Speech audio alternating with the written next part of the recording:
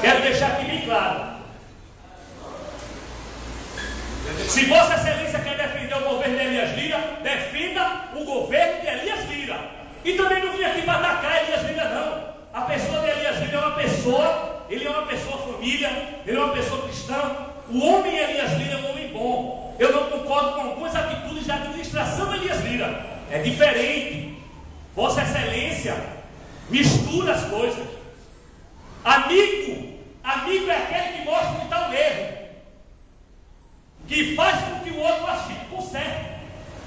Amigo não é aquele que fica com o perdão da palavra, babando e dizendo que tudo está certo. Não está, vereador. Não quero aqui dizer que está tudo certo, está tudo bem. Não venha me dizer que Vitória está mil maravilhas. Aqui não tem nenhum palhaço para escutar isso.